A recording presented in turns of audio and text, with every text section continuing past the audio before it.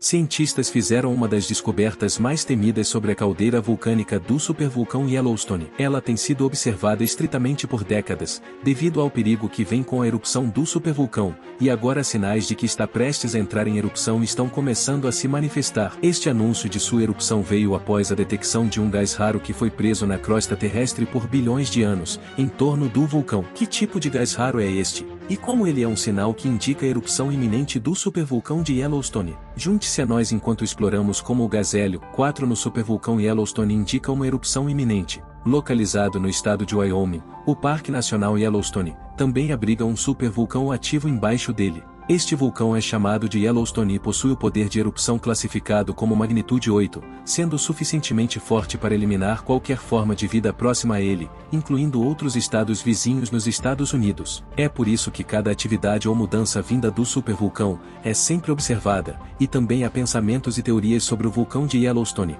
pois outra erupção é considerada próxima. Por causa disso, um órgão chamado Observatório de Vulcão de Yellowstone foi formado, e é dedicado exclusivamente a todos os assuntos relacionados à atividade do supervulcão. Eles analisaram que o vulcão está soltando um gás raro, o hélio antigo, que não era visto há muito tempo, e não é um bom sinal. As fontes termais, funerais, geysers e outras características hidrotermais do Parque Nacional de Yellowstone são conhecidas por ejetarem vários tipos de gases provenientes das profundezas da Terra. Esses gases incluem neônio, argônio, dióxido de carbono, vapor de água, metano e hélio. No entanto, as emissões de hélio são raras e não abundantes quando comparadas a outras. O hélio pode sair de rochas vulcânicas que impulsionam a atividade hidrotermal, mas, no caso de Yellowstone, é detectado principalmente em rochas profundas, onde tem sido mantido por centenas de milhões de anos antes mesmo de ser descoberto. O hélio é o segundo elemento mais abundante em todo o universo, mas na Terra pode ser encontrado em duas formas principais, sendo o hélio 4 o mais comum, pois possui 2 prótons e 2 nêutrons. Esse tipo de hélio pode ser produzido durante a decomposição radioativa de elementos pesados, como o urânio. Uma pequena parte, comparada a cerca de 1 em 1 milhão, ocorre como hélio 3, que tem 2 prótons e 1 nêutron. A maioria do hélio 3 tem estado presente na Terra desde a sua formação, sendo um vestígio do material que inicialmente formou o planeta. A relação entre o hélio 3 e o hélio 4 varia, e os cientistas podem usar essa relação para descobrir a fonte estimada de qualquer hélio que encontrarem. Outros elementos pesados, como o urânio, são mais conflitantes com os minerais vistos no manto da Terra. Esses elementos se filtram para a crosta terrestre, e nesse processo a sua decomposição cria hélio 4. Materiais que possuem menos desses elementos pesados e radioativos não formam tanto hélio 4,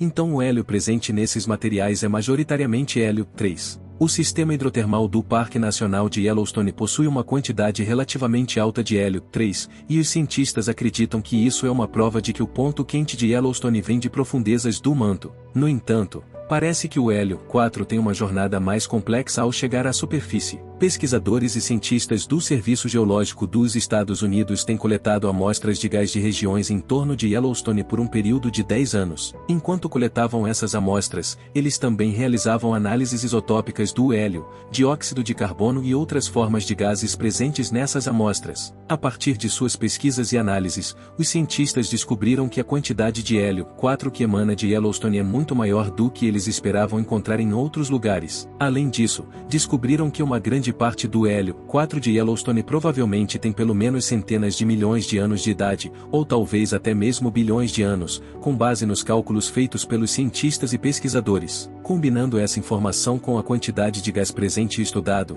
concluíram que há uma alta probabilidade de que esse gás venha de rochas dentro de uma crosta muito antiga enterrada próxima à área. Essa antiga bolsa de crosta é conhecida por ser do Eon Arqueano, criada há mais de 2,5 bilhões de anos, contendo urânio e outros materiais radioativos que foram se degradando progressivamente, provavelmente permitindo que altas concentrações de hélio se estabelecesse. Essa descoberta parece interessante para quem se intriga pelas maravilhas de Yellowstone, mas para os cientistas, essa descoberta é assustadora, porque pode haver implicações mais importantes ligadas a ela. O hélio e outros gases nobres são usados para avaliar os tipos de ressonância da água subterrânea.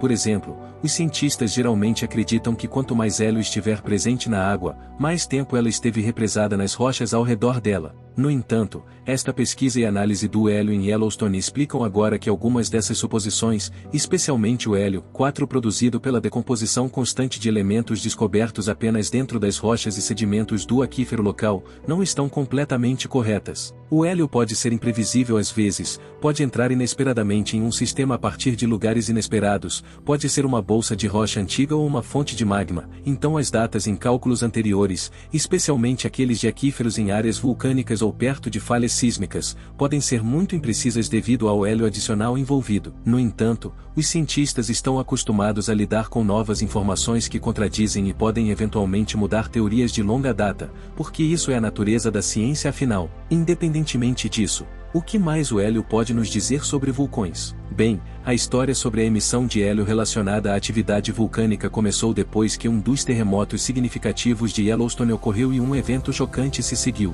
As pessoas estavam criando suas próprias ideias, lançando possibilidades de que os animais estavam fugindo do parque com medo de que o terremoto causasse uma erupção massiva e que as emissões de hélio estavam aumentando em Yellowstone, e que isso era um sinal de que uma erupção estava por vir. Infelizmente, essas teorias estavam erradas porque não foram os animais que começaram tudo, eles estavam apenas migrando. Além disso, descobriu-se que o hélio pode dar mais informações sobre o monitoramento de vulcões no futuro. Embora o hélio possa ser imprevisível às vezes, a sua relação isotópica pode fornecer informações valiosas sobre a atividade vulcânica. 2 estudos recentes analisaram as emissões de hélio em áreas vulcânicas ativas. O primeiro estudo examinou os eventos que levaram à erupção de 12 de outubro de 2011 em El Hierro, nas Ilhas Canárias. Um estudo realizado por Padron e outros pesquisadores em geologia examinou a relação entre as emissões de hélio medidas no solo em toda a ilha com hélio 3 e 4 na água de um poço da ilha. Eles descobriram que à medida que os terremotos aumentavam durante o final do verão até o início do outono, as emissões de hélio em toda a ilha também aumentavam, de 9 kg por dia para mais de 24 kg por dia, pouco antes da erupção. Ao mesmo tempo, a proporção de hélio também aumentou de 2 a 3 Ra para mais de 8 Ra. Padron e outros sugerem que os terremotos ajudaram a criar fraturas para que o hélio escapasse, como um processo natural de fraturamento. Quanto mais próximo o magma chegava à superfície, mais hélio era liberado e maior o teor de hélio se tornava. Após a erupção, as emissões de hélio diminuíram com a redução da atividade sísmica. Quando a atividade sísmica aumentou novamente, as emissões de hélio também aumentaram, mas a proporção de hélio 3 e hélio 4 permaneceu abaixo de 5 Ra, sugerindo que o hélio vinha da crosta que forma a ilha, e não do magma proveniente do manto. Os novos terremotos na parte norte da ilha criaram rachaduras para que o hélio escapasse, mas o hélio não estava totalmente relacionado a um novo magma. Na verdade, as emissões de hélio atingiram o pico geral de 38 kg por dia, bem depois que a erupção inicial começou,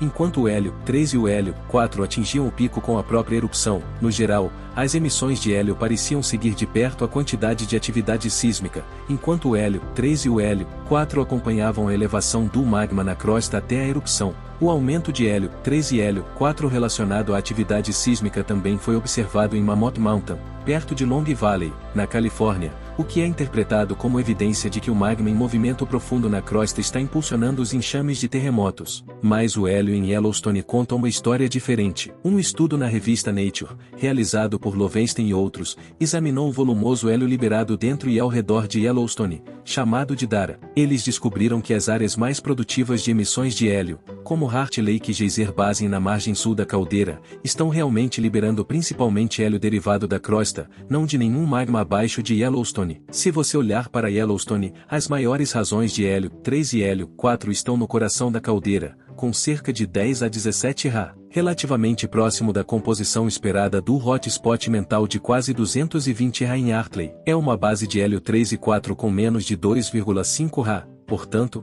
controlada com muita intensidade por fontes cristalinas. Cientistas calcularam quanto hélio a crosta sob o supervulcão de Yellowstone poderia produzir com base no conteúdo de urânio e tório, e descobriram que a área de Yellowstone libera quase 600 vezes mais hélio 4 do que deveria, com base na decomposição de urânio e tório. Isso significa que provavelmente foi liberado hélio que ficou preso na crosta por milhões a bilhões de anos e partes de Yellowstone estão sobre uma crosta com mais de 3 bilhões de anos. Esse hélio em Yellowstone não tem relação alguma com o magma sob a caldeira, mas provavelmente foi liberado da crosta pelos terremotos e pelo aquecimento da crosta feito pelo magma, similar ao que aconteceu em Oahu. É possível começar a ver o problema que temos atualmente ao usar hélio para monitorar vulcões. A quantidade de hélio sendo liberada não nos diz muito, já que o hélio, como qualquer gás, pode ser liberado por terremotos sob um vulcão. Precisamos entender a proporção de hélio para saber se as mudanças nas emissões estão realmente relacionadas ao magma. Então, por que isso é um problema? Bem,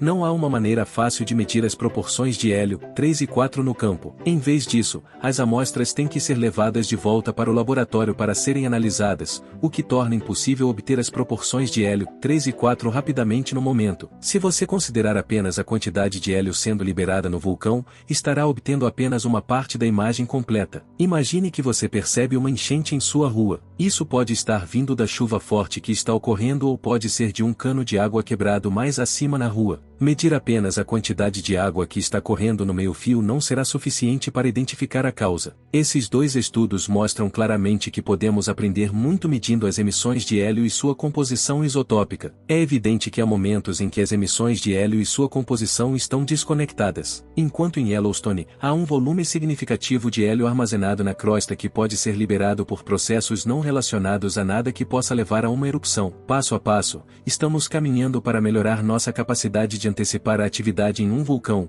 mas às vezes precisamos ter cuidado para não nos deixar levar sem entender exatamente o que está acontecendo. Por outro lado, os moradores da área de Yellowstone estão um pouco impacientes em relação à sua segurança após as notícias sobre essas emissões de hélio e como isso pode ser um sinal de uma erupção massiva a caminho. Bem, talvez eles comecem a fazer as malas agora mesmo e procurar áreas seguras, porque além das emissões de hélio, os cientistas descobriram que o supervulcão de Yellowstone contém mais rocha líquida derretida do que haviam estimado, e isso parece ser uma confirmação da iminente erupção do supervulcão. A quantidade de rocha líquida de magma sob um vulcão ajuda os cientistas e pesquisadores a descobrir quão perto ele pode estar de entrar em erupção, e agora os cientistas descobriram uma informação semelhante, mas de tirar o fôlego, sobre a quantidade de magma líquido sob o supervulcão de Yellowstone. O magma é composto de rochas e cristais em vários estágios de solidez. Quanto mais derretido ou líquido o magma estiver, mais provável é que um vulcão entre em erupção. Dois grandes reservatórios cheios de magma existem sob a Yellowstone,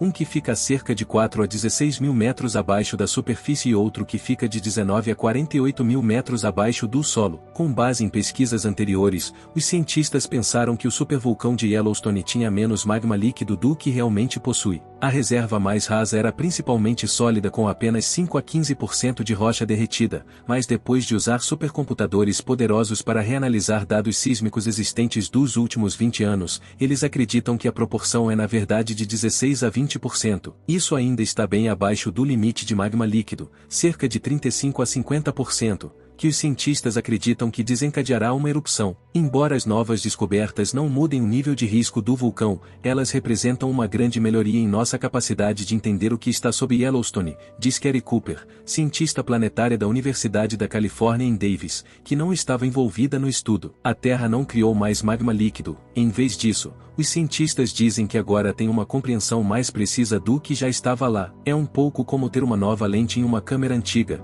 diz Michael Pollan, geofísico de pesquisa e cientista responsável pelo Observatório do Vulcão de Yellowstone do Serviço Geológico dos Estados Unidos, que também não estava envolvido no estudo. É a mesma câmera, mas você tem uma resolução mais fina. Agora você vê com mais clareza. O supervulcão de Yellowstone, localizado no noroeste de Wyoming, no Parque Nacional de Yellowstone, é um dos maiores vulcões do mundo. Ele entrou em erupção várias vezes nos últimos 2,1 milhões de anos, incluindo 3 erupções massivas que sufocaram a região com cinzas e lava. A caldeira de Yellowstone se formou durante uma dessas erupções, há aproximadamente 600 mil anos atrás. As ondas sísmicas produzidas pelos terremotos devem passar por camadas de materiais dentro da Terra antes de alcançar seus sismógrafos na superfície. As ondas diminuem de velocidade quando atingem rochas fundidas, permitindo que os pesquisadores usem o tempo que elas levam para chegar aos sismógrafos para obter informações sobre quanto magma está abaixo da crosta. Análises anteriores assumiram que as ondas sísmicas emanavam linearmente do terremoto em direção ao sismógrafo,